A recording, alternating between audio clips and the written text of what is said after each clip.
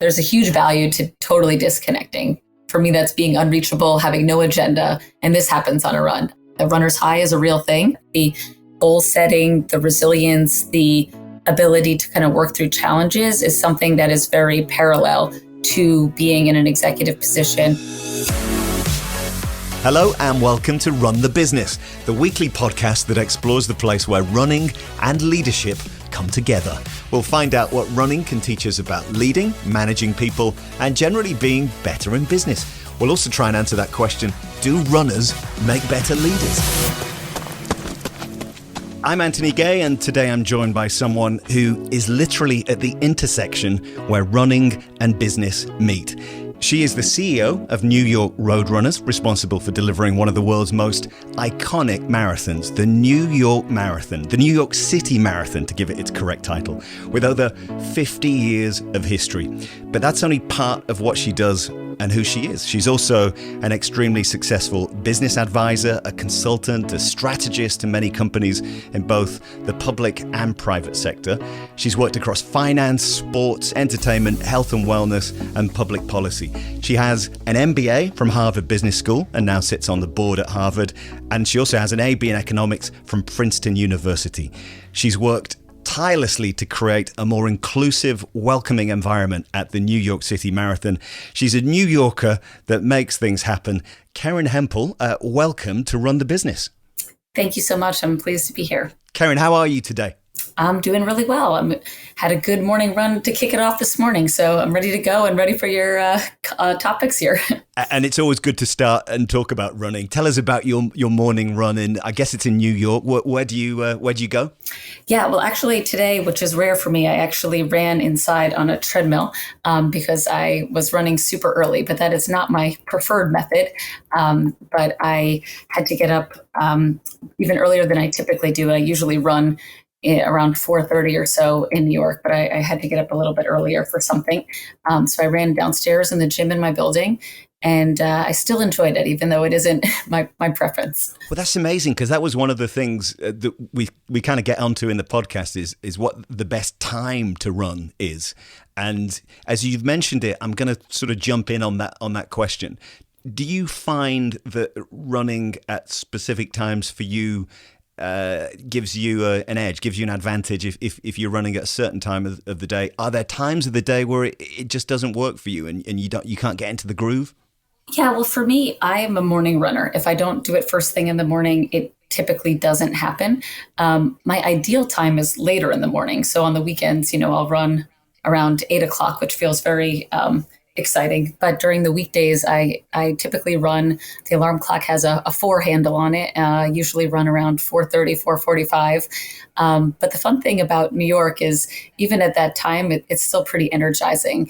Never alone. The newspapermen are out, the bakers in the bakeries, the doormen at the hotels, and all of those young people who are still going out late at night are out there. So it's a fun experience. But for me, it's the way to kind of get the day started. I wake up, my body wakes up, I get ready for the day, and I'm able to do all that before, my kids wake up for the day and the dog needs to be walked and I need to get to work. Absolutely. And do you, flipping that into business, do you find there are times in the day where you are more active, more productive in your work? And do you select things that you do knowing that at certain times you're going to be in a better frame of mind for it? Yes, I think that my key functioning time just in general in life is between like 8 a.m. and 2 p.m. I think I'm a morning person, as you can tell, but my best thinking is usually right when I get to work. My body's awake, I'm ready for the day, and I've been thinking about things, whether that's on my run or, in the process of getting ready. And so I have a lot of ideas and really feel like I can be most productive. As the day goes on, typically, things come up that are maybe not expected. Meetings happen at work that go in one way or the other. And so I think it's hard to have control over the day later in the day. And so I like to try to plan the deep thinking and productive work for earlier on. That makes total sense. And a question that I wanted to ask right at the beginning is, you are CEO of a marathon, not just any marathon, the New York City Marathon. What does the CEO of a marathon do? It's a great question, and no days are really the same. So, in addition to the New York City Marathon, our organization produces over 50 events a year. We also create programs for school children and resources for runners of all ages and abilities, all the way through senior citizens. We have walking programs. So, we have hundreds of employees that are working 365 days a year, both on the marathon and all of our other programs and events. So, each day might be different. We might have an activation where I'm visiting a site for one of our school programs or our open runs, which kind of bring people together in city parks. I'm doing a lot of work on with our board and board governance and kind of the overall structure of the organization. Similarly, with we have our executive leadership team meetings weekly, where we're trying to focus on some of the bigger issues that are going to drive the kind of medium and longer term direction of the organization.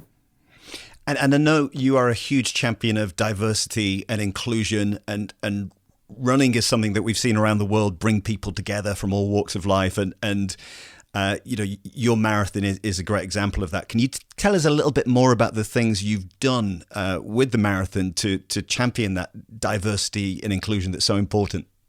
Yeah, I think that one thing that we always start with is that running really is a democratized sport in terms of giving people access to the ability to participate. And so we've been very focused on looking at diversity, not just in traditional measures of diversity, but also in diversity of kind of lived experiences and paces and where people feel comfortable. And how do we not only make our events and the marathon open to all, but to really make people feel welcome. So we've done a lot of work recently focused on a gender expansive definition. So we've expanded our registration options to include non-binary in addition to our men's and women's categories. We've also really looked at pricing and expanded some of our race-free programs, so to give opportunities to folks that might not be able to afford our race entries, but that want to have access in different ways. And then we've really done quite a bit of outreach with our international travel partners, especially for the marathon, to bring that international connectivity back to the New York City Marathon. Unfortunately, last year, the U.S.'s travel ban was lifted the literal day after the marathon. Oh. So we had a number of international participants that were registered, and then when they got the official ruling, weren't able to participate. So some were, but many of the countries were still not permitted. So I think our outreach efforts have really are in the mantra of, how can we make running accessible, welcoming, and engaging for a broader swath of the population. Absolutely. And the New York Roadrunners, you mentioned, the mission and inspiring people is an important part of what you do. You must have been in the company of some amazing athletes and some inspiring people through, the time that you've specifically worked on the marathon. How have those athletes, those people impacted on you? And are there any sort of stories you can tell us about some of the people that you've met? Sure. I think that the really cool thing about the marathon is, unlike any other sport, the masses or any person is running on the same course at the same day as the top people in the event. It is like if you were going to play at Wimbledon against Nadal. Like, you don't get to do that as a mortal, right? But in the marathon, you do. Yeah. And so it's amazing to see the pro athletes who are, at the pinnacle of their sport, really engaging. I mean, they come participate in the expo at bib pickup. They're cheering on runners. Once they finish, they'll come back hours later and help cheer on our final finishers and deep into the night. And so I think that is really, I've worked across professional sports in a number of different capacities. And I think the real beauty of running is the fact that there's so much unification between the participant base and the pro athlete base. And all of these runners just have such amazing stories. I mean, we've celebrated some of our pro athletes coming back, soon after becoming parents. We've seen people overcome massive injuries or running for a cause, whether that's for their country or for other elements. So the platform of running to really showcase, the transformational power and really the amazing things that these athletes are able to do is quite incredible. Has fitness and health always been a core part of who you are? Because you were a soccer player, weren't you, for many years?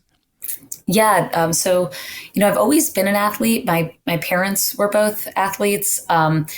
And growing up, I played all sorts of sports, but did eventually sort of focus deeply in soccer, which was my main passion. But running, is always a part of these different sports. But even before organized sports, I can vividly remember in elementary school at recess time, just running around the school playground. We just ran. Like I remember racing classmates and girls versus boys and all of these, things. And sometimes even today when I'm running and I kind of get that excitement in a race, sometimes I flash back to that feeling of someone chasing me around a schoolyard. It's really just a very intrinsic kind of excitement and push to win, like someone's chasing you or that you want to do that. So I don't know, some of my best memories, some of my very best friends are from my sports teams, and just that energy has always been important.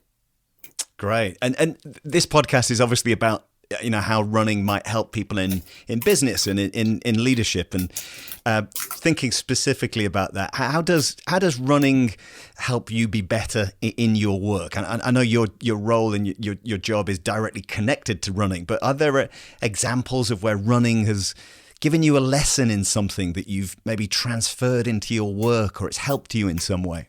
For sure. And I think I remember both in university and in my professional life, running has always been my processing time. So when I'm out on a run, I feel like my mind is clearer. You hear a lot of people talk about, being able to think through things that you're either worried about or you're stuck on, and you kind of gain a new perspective. I think the process of running helps actually process things differently than when you're sitting at a desk or talking to someone. And I always think, and maybe obviously I'm biased with my current organization, that adage of it's a marathon, not a sprint. I think that really comes to mind to me about leadership in particular, because leading an organization always requires a much longer term mindset and viewpoint than others might have, like in the organization. And when you're marathon training, the pieces that you're working on or putting in place, they have benefits down the road, but they might be difficult or painful in the near term. So I think that being a runner, and especially a distance runner, has helped me to build up that delayed gratification muscle and the discipline to stay the course and to think more long term. Mm-hmm. Yeah, that makes total sense. And you do work, just thinking in some of the other places that you work and operate that are outside of specifically health and fitness. Are there elements of your sort of running experience that you take over to those areas as well? Yeah, I think that I can't think of a big business problem or challenge that I haven't really thought through on a run. I can envision those times thinking through, not that I've always solved it, but I've brought different perspectives. But I think from a real simplistic way, I'm in a dual career household. We have 3 kids and a dog, and a work day that's packed with meetings. And so I think really just having that space, whether that's working in the running industry, working in the financial sector, having a separate place to do thinking and have that kind of quiet time is super important, and always has been in whatever professional pursuit that I've had. Okay, makes total sense. And we were chatting the other week, and you mentioned a stat that really blew my mind. And correct me if I get this wrong, but it was something like 90% of women in C-suite roles in US business come from a college athletics background. Was that right? Yeah, I think that's about right. I'll find you the source. I was at something that was focused on Title IX, which is celebrating its 50th anniversary, which is when there was passage about equal support for women's sports in the U.S. in 1972. And so that stat was shared with me, and I was thinking anecdotally to the people that I know in C-suite roles in public companies in the U.S., and I don't personally know of any that weren't athletes, but I found that stat quite resounding. But I definitely understand. I think that the kind of goal setting, the resilience, the ability to kind of work through challenges is something that is very parallel to being in an executive position, especially in a large scale public company. And how far off do you think we are from that playing field, that track being balanced? Do you sense in the time that you've been a leader, do you think things are becoming more fair, or do you think there's a lot of work to do? I do. I think that, my background has mostly been in the financial sector. So I worked on Wall Street for a number of years and in sports. And so in addition to kind of typical executive leadership balanced towards male, finance and sports are especially balanced that way. But I've Yep. seen even in the past 20 years, a huge difference, both from, women gaining positions of power, but also the support from the male leaders and really seeking out diverse perspectives, whether that's from a gender perspective, a racial, religious, different background perspective, and understanding and appreciating having the different voices at the table, really helping to make better decisions. So I've seen quite a bit of progress. And, I'm excited to see the next 20 years. I do. 2 of my 3 kids are girls, so I'm excited to see what it looks like for their professional careers down the line. Fantastic. And from a thinking back to, the teams that you work with on the New York City Marathon, does everybody run, or are there, is it, how does the sort of, the mix of athletic types runners, balance up? And do you encourage, people to go out running together? I kind of want to get at that question of, do you prefer running on your own, or do you like being in groups? So a couple of things. So at New York Roadrunners, I would say we definitely have a higher percentage of runners than the average organization, which is not surprising, but that does not mean everybody at our organization is a runner. We have a really good mix of people that prefer yoga or, other elements, but the idea of kind of health and wellness is pretty pervasive at our organization. We have a lot of different meetups. So we host different sports teams, and we do have folks that run during the day. We have meetups at lunch for walks in the park. When we renovated our office, we actually put in showers so that folks could go run, but our office is quite close to Central Park, so people could go for a run and come back and take a shower and get on with their workday. So I think, especially in a post-COVID world, thinking about the intersection of life and work in a new way to really ensure that people are able to kind of live their full self at work. Mm-hmm. Yeah, makes sense. And when you run, do you ever get bored? How do you keep interested and alive and engaged when you're on the long runs in particular? Yes, I think I'm a little bit of an outlier here, but I'm a running purist, or my husband would say a really boring runner. I don't run with music or anything in my ears. I don't even have a phone or anything tracking me. Maybe it's my escapism. I don't want anyone to find me while I'm running. Or maybe I'm just very low tech and challenged in that way. I don't have any great tips in that way. I really do prefer to have that as really downtime and just give myself some space. I also do like running with friends occasionally as a catch up. I would just say the majority of my miles are done solo. Okay, makes sense. The New York Roadrunners also delivered, I think you mentioned it earlier on, the Team for Kids program. Can you tell us a little bit about how that works and what that does for the community? Sure. So our Team for Kids program is a fundraising platform that then funds our youth programs. And our youth programs are called Rising New York Roadrunners.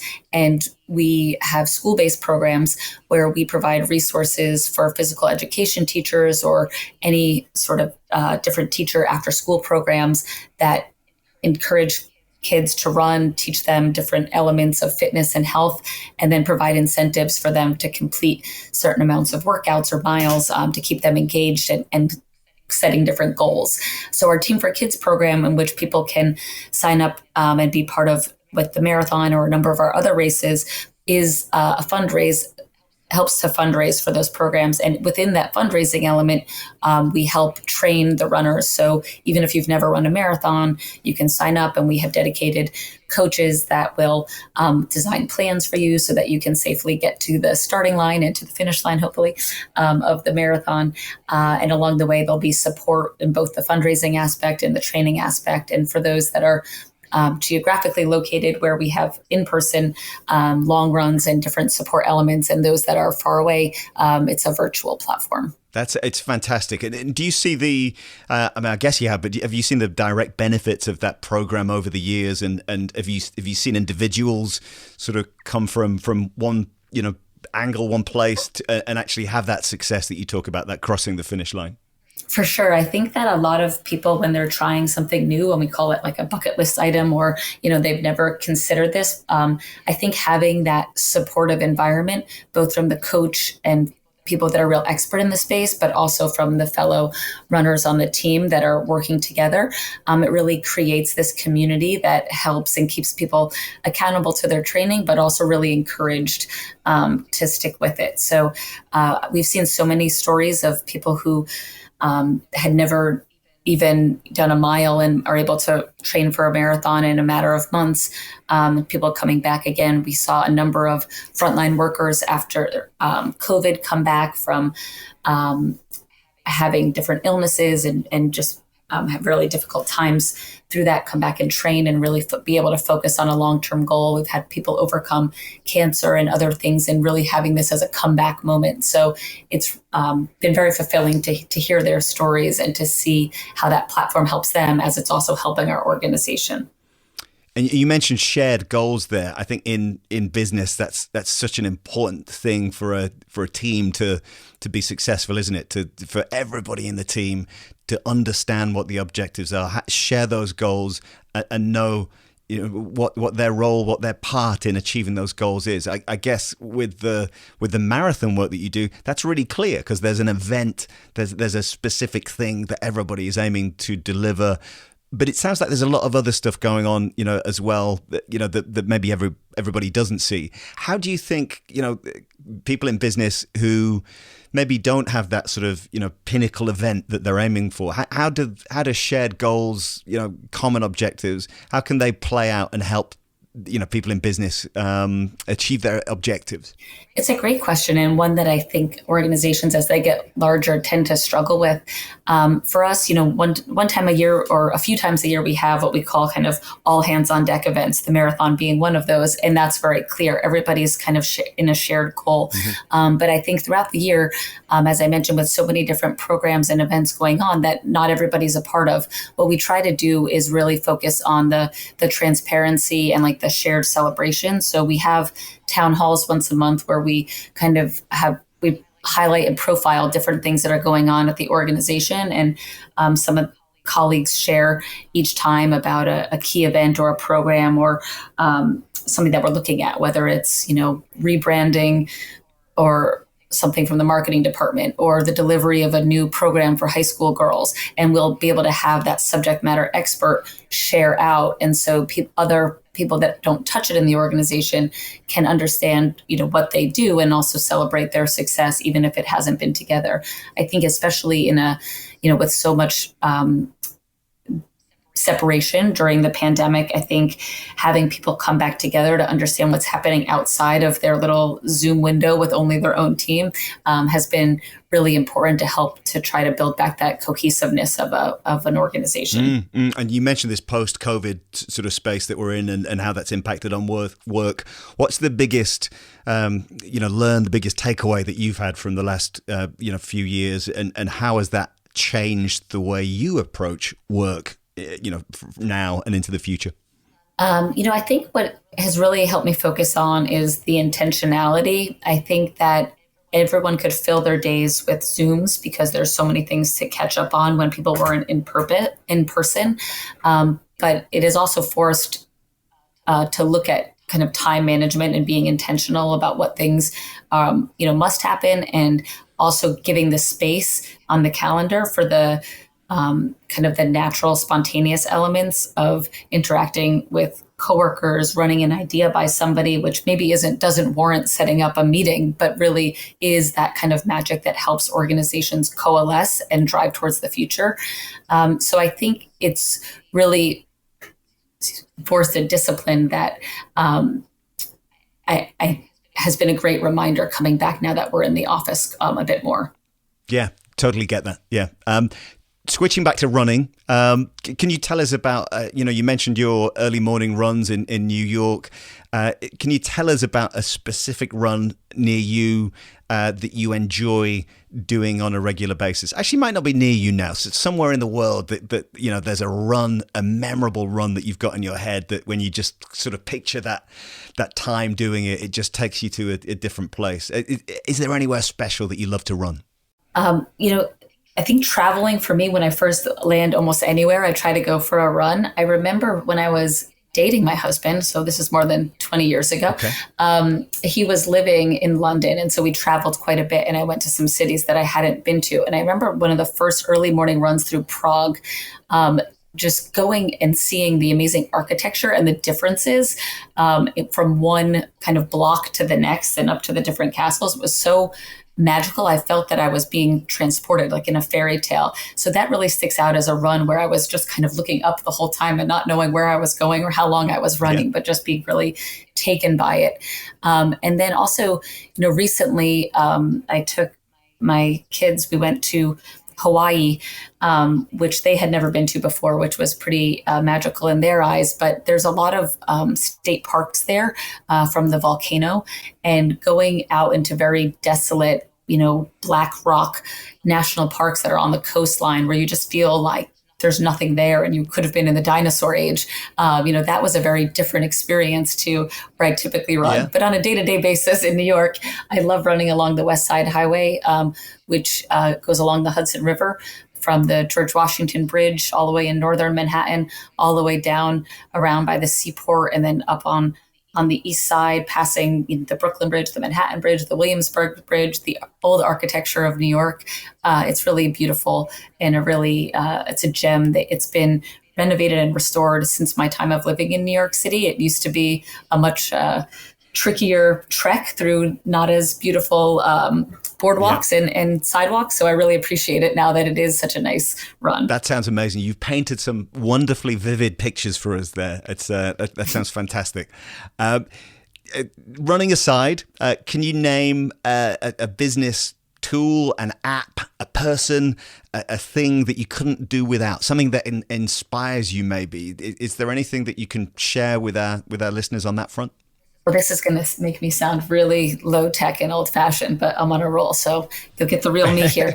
I am a sucker for a good old fashioned leather bound notebook. There's something very official to me that makes me helps me process and prioritize. So in real time, I'll be taking quick notes on loose leaf paper or a notepad. But at the end of the day, or when I'm able to catch up, I'll pull the most salient points and I'll only write those into the official notebook. And this, helps me sort of rethink the topics and assess key takeaways and which follow-ups I need to prioritize. So that's really not a great tool or trick, but I know there's a million notes, apps, and flags and reminders. But for me, when I'm manually transcribing, that's when I, kind of do my best thinking. Oh, I think that's great advice. I think that, there's something about the tactile, nature, isn't there, of having a something physical in your hand that you can kind of, and a pen to write with. It creates a different kind of way of processing and capturing information. And then business aside, I've got to ask you, what's your favorite bit of running kit or accessory you can't do without? You've already told us there's no music or iPhone or smartwatch that's out there running with you. So what is it? What is there something that helps you when you're out on those long runs?